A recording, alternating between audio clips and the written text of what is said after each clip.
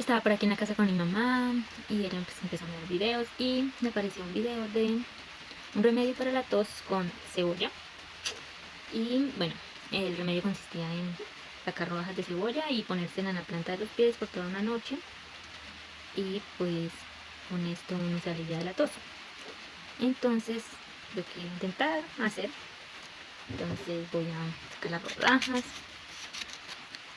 Voy a sacar unas 4 rodajas, 2, 3, voy a 2 en cada pie.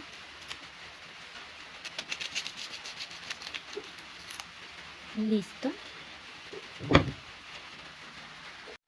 Bueno, ¿por qué voy a hacer este remedio? Pues yo tengo tos ya hace muchísimos años y con nada se me quita, entonces pues nada pierdo con intentar hacer este. Pues alisto mis medias y me lo voy a colocar las rodajas.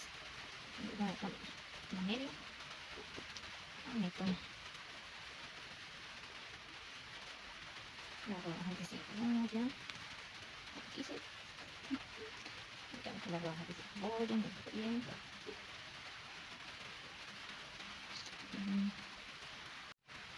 Ya me coloqué las rodajas en uno, ahora me las voy a colocar en el otro, pero no está tan fácil de poner.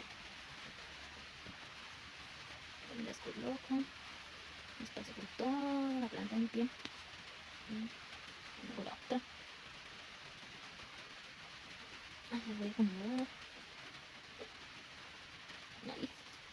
Estoy poniendo muy pocas cebollas, en esta se notan más.